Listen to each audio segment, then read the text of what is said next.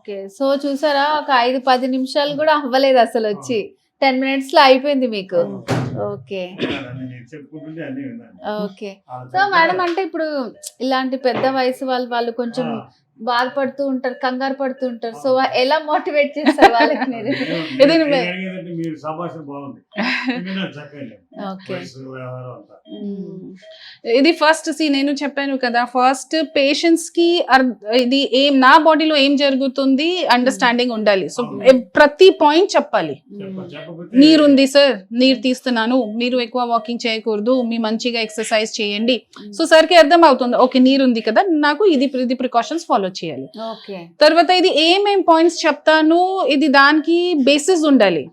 Otherwise sir ఇది నా దగ్గర నేను ట్రీట్మెంట్ కోసం వచ్చింది, ఎందుకు మీరు ఇది చేయకూడదు ఇది చేయకూడదు చెప్తారు. సో నా పాయింట్స్ సార్ కి చెప్పాలి, సార్ కి పాయింట్స్ నాకు ఎక్స్ప్లెయిన్ చేయాలి. సో ఇదే.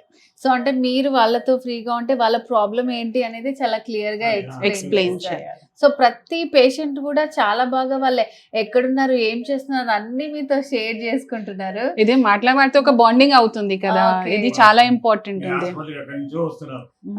చాలా దూరం నుంచి కూడా వస్తున్నారు. సార్ కూడా దూరం నుంచి వచ్చారు, గుంటూరు నుంచి. సో మీరు ఎక్కడి నుంచి వచ్చారు? గుంటూరమ్మా. ఓకే. సో ఎట్లా తెలిసిందండి ఇక్కడ మీకు? మేము సెల్ లో చూసామమ్మా, డాక్టర్ గారు చెప్తుంటే సెల్ లో చూసాం. ఇంజక్షన్ తో మీకు నొప్పి తగ్గిపోతుందని చూసేప్పటికీ మేము వచ్చామన్నమాట.